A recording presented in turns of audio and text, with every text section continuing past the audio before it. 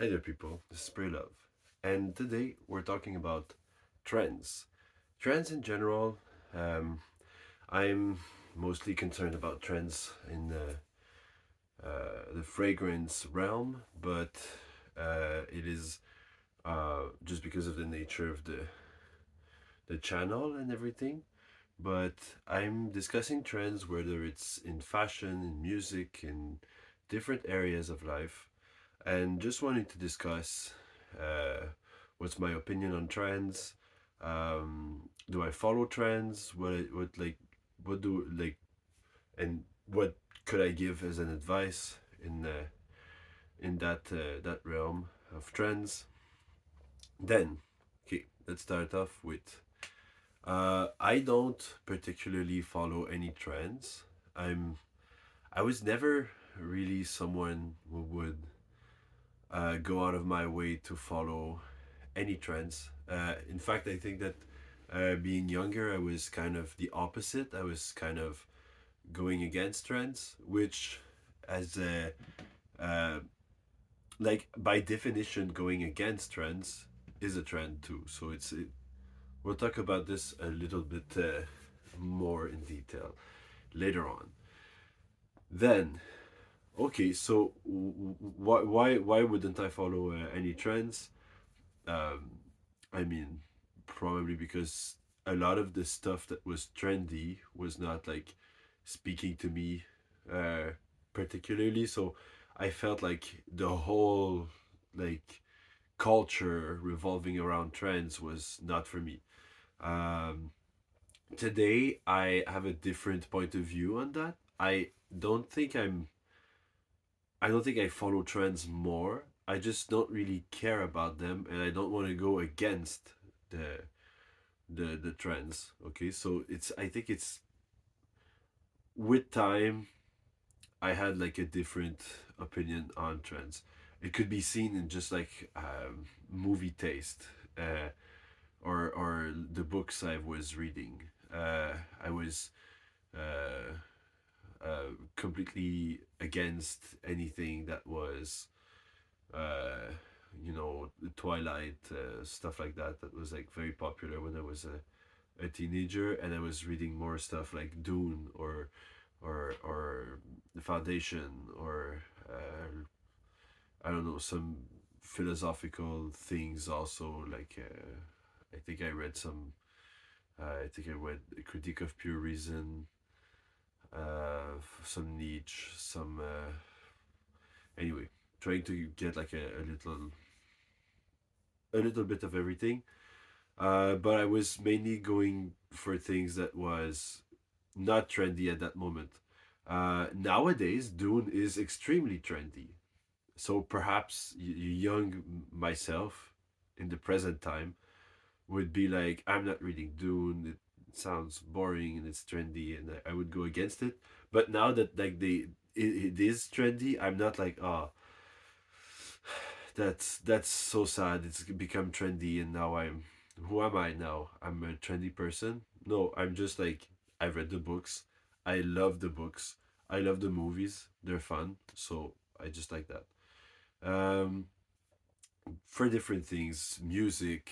I was always not in the loop for like of any trends. I didn't know about the Backstreet Boys until I was like 22, 23, and they were hugely popular when I was even like just a kid. So um, kind of try to avoid all that stuff. Um, Now, like, what is my stance on trends right now? I'm not like very into trendy stuff just because I'm not. I don't believe it's very important. Uh, the the reason why I don't think it's important is because I think that following trends is a way to fight against insecurities of not fitting in with a group. I think that is mostly it. Okay, when you're fitting with common trends, you're mostly what you're doing is just trying to fit in more with the social group. Um, you think it's important to fit in with like the other people around you, and for Like in my case, when I was like counter trendy and stuff like that, I was just trying to, because I was insecure, just trying to fit in with the opposite of what the majority is thinking, which is a trend in itself, and which is like a whole like subculture. Some people will say the punk subculture was one of the countercultures, like fighting against the majority and thinking they were weird and different and stuff like that. And other punk subgenres such as we could I'm not like someone who's a specialist in any of that, but we can easily say that maybe grunge was kind of a subculture, goth was kind of a subculture too, emo was kind of a subculture too, and I think that all these different groups were like going apart from the from each other sometimes. Like maybe sometimes they were like even fighting against each other because they really didn't want to fit into other subcultures and other cultures and stuff like that. And that is what trends are for. They're reinforcing the idea of a group as a unity, and not as individuals with their self-expression, and still being part of a group will while just expressing ourselves in different ways. um and I think that is why I'm not like, it's not like I'm actively trying to avoid trends. I'm really just not interested. It's like whenever I see like, oh, look at this, you would probably fit in that cool subculture right there or whatever, I just look and then I'm like, yeah, I might make some friends there and like have some fun and whatever with some of those people, and some of the aesthetic is pretty neat. I like it. Is it is it my, like, is it my subculture? I Should I need to be a part of that movement? Not necessarily. I think I'm super like happy enough with being just who I am. And if people are like, oh, but you're kind of like this, oh, you're kind of like that, or I'm maybe. There's some parts of me that are like more like certain types of subcultures and genres and stuff like that, and some part of me that are different, and I think it's the same with everyone else. It's just that I don't want to conform to anything.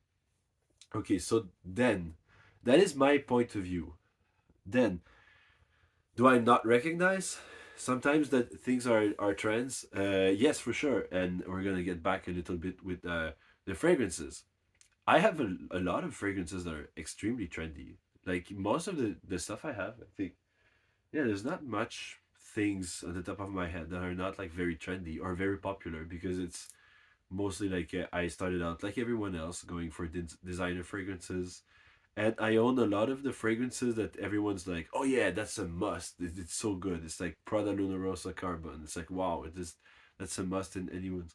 So I'm not avoiding anything there. I have like Luna Rosa Carbon. I used to rock Sauvage. I love Sauvage. I still like. I think it's a great fragrance still to this day. I don't own any Eros, but I've owned Eros Flame for a long time.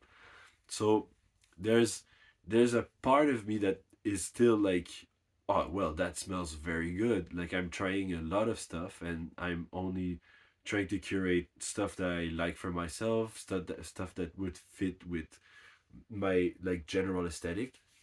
But yes, sometimes you will see on the internet something that's extremely hyped up, like extremely, everyone's talking about that new fragrance that you absolutely need to get your hand on, and then you're trying to find it, and then you blind buy it for like an undecent price, and then it comes and you're like, well, it does smell good and it must smell amazing, because everyone, I truly believe, would not mislead me, just told me that that fragrance was amazing, and so it must be good, and then you convince yourself. um and then afterwards it's not the same fragrance 2 months from now, and then you're buying a new fragrance, and then it's like, it's a never ending cycle of like, oh well, that's not cool anymore. You know, that's like the whole like Eros eau de toilette thing is not it anymore. Now it's Bad Boy, or now it's, you know, it's always a different fragrance, and that like could result like this will only make you spend a lot of money on things that you don't need. So I would highly recommend, like, don't do that. And sometimes you're like, yeah, but it's a good deal. They're clone fragrances. They cost next to nothing. And it's like, yeah, but they smell like they cost next to nothing most of the time. And it's just like online YouTube influencers that are trying to get you to purchase them for some reason, probably because the like shops they are like they get money from some shops, and they carry a lot of those fragrances, and it is a lot of like what they sell on those sites because it's so popular. It's so easy to sell because it's very cheap. And I'm not saying that cologne fragrances that are very cheap sometimes they they they can't be magnificent and beautiful and stuff. I've owned a lot of them in the past, and some of them are crazy good for what they are. But it still is like a case of, do you really need that? Do you really need to collect like 200 clone fragrances with like 10 different Aventus clones that you can compare and stuff? And it's like there's always going to be a new Aventus clone that's going to be more trendy.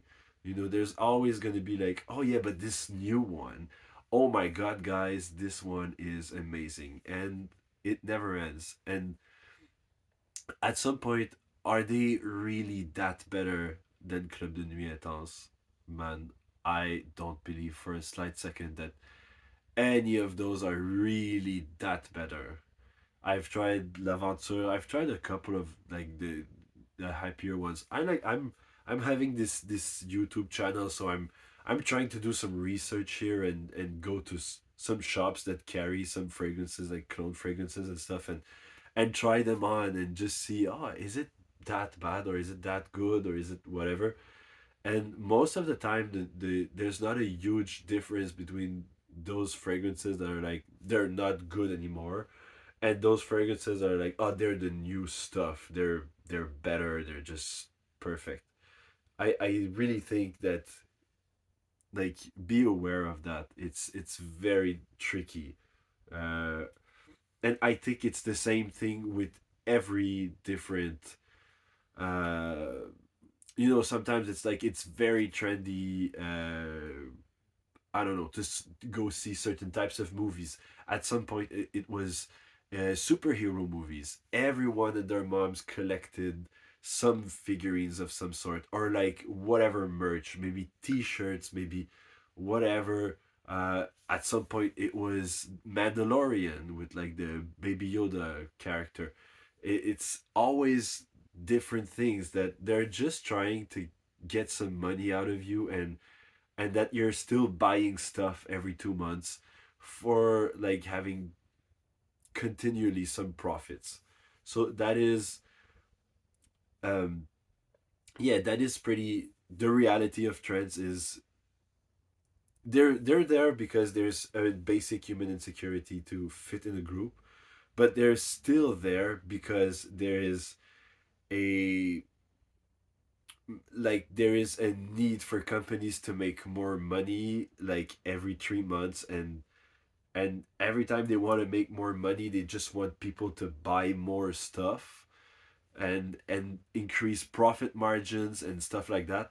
And so they just play out of like that basic insecurity that it's like, well, you're not like, don't you have those new sneakers, those new like sports sneakers from Nike? It's like the new one are so much better, and like they're, I know, we know that like the Reebok ones just before were like pretty hot, but now it's, you know, it's no good anymore. And they're trying to convince you of that, and they're paying people to convince you of that, which are like Instagram and YouTube and stuff like that, influencers in general that are like yeah, we're gonna convince everyone that like, look at that. And when the bigger ones start saying that, then the smaller ones are just like, oh well, that girl, like she said that this fragrance is not good anymore. So I'm just gonna make a video about like what I think, and they're always gonna be thinking, yeah, well, I'm not wearing it because it's not that cool anymore, and stuff like that. And then it's gonna just propagate, and at some point it's gonna reach you. And when you see your favorite influencers, and then you're like, yeah, but maybe they're sponsored and stuff. I'm just gonna go and see smaller ones, and then the smaller ones just gonna have the same opinion, or not many will have a different opinion. Then you're gonna be convinced, and then you're gonna buy something new. So that's the case for absolutely everything. Uh, I mean, it's the same thing for also like like big music acts and stuff like that. Like they really want you to listen to certain things because they wear certain clothes, they have certain lifestyles, they buy certain things. There are certain brands affiliated with them. There's a lot of people that are doing money, and also they want to sell the tickets for the upcoming tour. So if an artist is very popular and then it's very very trendy, and then there's like a some buzzwords with like, I don't know, Taylor Swift with like the whole Eras tour with everyone on the YouTube channels and stuff were like, oh, I'm in my whatever era and whatever era, and everything is connected. It's not necessarily that it's a term that was invented by, I like, it wasn't invented by Taylor Swift at all, but it's just like they just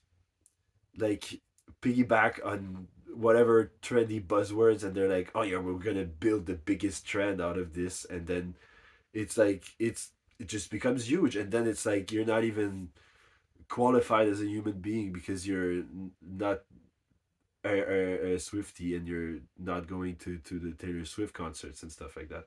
And I'm not saying anything about people that like Taylor Swift or go to Taylor Swift concerts. It's just like, that the whole thing about like what they call the FOMO also. It's like this is the trend, It's like you're missing out on whatever, like the opportunity to buy something, or the opportunity to go to a concert where you're like super far and you don't see anything, and you don't hear that well, and everything's on playback, and is she really singing or not? I'm not so sure. And you can see people dance very very far away, and on super huge screens, and it's like, is this really what you were paying for the first, like, in the first place? Like, were you really paying for seeing someone super far away with like tons of people just screaming, you don't hear much?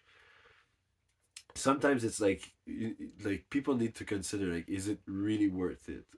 Like, or and are you really missing out if you're not there at the concert? Are you really missing out if you haven't seen Avengers Endgame on IMAX or whatever, or like during the cinema tour, like when it was in cinemas? And uh, no, like, you're not missing anything. You're missing something when it's something that you're like, I don't know. I've seen movies sometimes that I was like, oh my god, I didn't see that when it was in theater, and I regret it because it's amazing. It's completely amazing. I would have been mind blown, I'm pretty sure, seeing that in a theater, but I didn't, and it's no big deal. But I think that like you need to know what you're really aiming for at some point. And I'd rather like, I'm someone who likes like very special, very intimate kind of settings. So I like going to see a play, like, and having live actors in a very small setting. I like opera and classical music because it's like it's not amplified that much, and you can see pretty well, and it's still very like a smaller event. I like those things. And that's me. I bet, like, I went to see Lady Gaga at like a huge venue and stuff, and I like that too. I like every kind of experience. I'm just like, you're not like less of a person if you miss like that kind of a you miss like a festival, or you miss like Taylor Swift, or Sabrina Carpenter, or like whatever. You're not less of a person for like missing those things and not even wanting to participate or not even liking it. You're not like just you're just fine like not liking those things. And also you're not like less of a person if you're not having like the best fragrance, the new trendy ones. It's like there is no fragrance out there, and there is absolutely no fragrance out there that you're gonna be like you're putting this thing on and people are extremely attracted to you. That is not the case. It will help a general aesthetic if you're like, I don't know, like you're dressed in linen and stuff and you wear artisan pure like Jeremy Fragrance did, but he did a very nice combo of like clothings and artisan pure in my opinion. But like maybe you're gonna do like a very good like whatever like overall aesthetic, overall vibe, and that's gonna be awesome. Or you're gonna be like a super high contrast. I like right now I'm just wearing black, like very uniform clothes, and I'm wearing Fantasy by Britney Spears, so it's like very girly and sparkly, and there's like kind of a floral, kind of a sweetness about it, and I like the contrast. But whatever, that is like the way I felt. I was like, oh, I really want that contrast. Maybe you want something that's closer together. Maybe whatever. So that is the same. It's the same thing as like dressing up and trying to figure out like outfits. It's like, is that color pairing well with that color? Will that fit me well? Do I have a beard today? Do I have long hair? Do I have like whatever? What fits me best right now and what fits my mood best also. Am I like in a kind of a bummed out day, like it's do I want to get like a better mood out of my fragrance? Do I want to signal to others that it's like it's a hard day but it's okay and I'm still enjoying myself? Are you more introverted today or whatever? Are you more into like I just want to talk to everyone, or maybe I just want to flirt, or just whatever? Just pick and choose the fragrance that is the most accurate about what you're trying to portray for the rest of your day. Don't think about it is winter and there is it's these it's exactly -5 Celsius, and like I know that a lot of like fragrance YouTubers said that you can only wear this fragrance between -10 and -5. So I'm like, it's exactly -5. So should I wear it or not? Like it's not that complicated. It's not that complicated to get a fragrance. You can choose like the Dolce and Gabbana light blue fragrance for winter time and still rock it. It's great. I was wearing like a bit ironically like a full on, like Hawaiian shirt and stuff like the other day because I was like, I'm done with school, so now I'm in vacation, and people were like laughing their ass off, and I think I was wearing something that was very fresh, like very summery fresh, and it was great. I mean, it's not complicated. It's like it still works. It's in the winter, but like whenever like people saw like and I still wore like a sweater under just because I wanted to keep warm because it's still winter, but it's like it's winter, but there's this whole thematic around like being on vacation with like the Hawaiian shirt and stuff. So I think it was just appropriate that I was wearing a more like summer fresh fragrance. Uh, I mean, it's just like you just need to think a little bit. Like, what do I want to convey today? What do I want to project as an image and stuff? You're not gonna be like judged if you're wearing like Explorer, Mont Blanc Explorer, because you know that one YouTube fragrance influencer that I really like said like, ah, this one is very chemical induced and I don't like it. It's like, well, if you like it, and most people do, that one influencer is not most people, and most people really enjoy that fragrance. So go for it, you know? And just, and if you wear like weirder fragrances, I'm gonna say like it's exactly the same thing when you wear weirder fragrances as when you wear weird clothes. The first time you wear like crazy clothings that like are very weird. Like at some point I had like this sweater that was like military kind of sweater but very dark, and I had like a bow tie, a red bow tie, and I also had a child's red tie that was under it. And people were always like, you have two ties. You know you have two ties, right? Did you forget you had like one tie and then you put like another? They were thinking they were funny, and I was just like, I just think it works so well. And most people were like, it does. And that ended the whole thing. It was just like, yeah, it actually works well. I was making a joke, but it works, you know? And it's like, but a lot of people, and some people were just like, I think it's just weird. But most people were like, and some people were even going to me and being like, damn, you wear two ties and it's nice. It works so well. And I was like, thank you. Or they were like, is it two ties or it's just one? No, it's two different ones. Oh my god, that's actually very nice. So it just like got me like interacting with people most of the time, and that was precisely the headspace I was in. I was like, I'm feeling like extroverted. I like to talk with people. I just wanted to show off, and that people would see me, and people were loving the sweater. It was a crazy sweater too, and they were like, "What is that?" It's great. It's an amazing one, and the two tie combination and all these things were like, oh wow, this is a really great outfit, and they just wanted to come to me and tell me. And some people were like, it's weird, but I was like, yeah, I just took one tie and I thought it wasn't enough. I just put another one and I tried to do something with it, and I think it works. And so the same applies with fragrances. It's like whenever you're like, I'm gonna wear that super high, like oud fragrance that's very animalic and very hard and whatever. For sure, some people like if if you go to like an office environment and stuff, or even like on the street or like going shopping and stuff like that, people are gonna be like, "Oh my god, like this smells intense." Like first off, just don't spray too much. I'm not an advocate of overspraying in any way, shape, or form.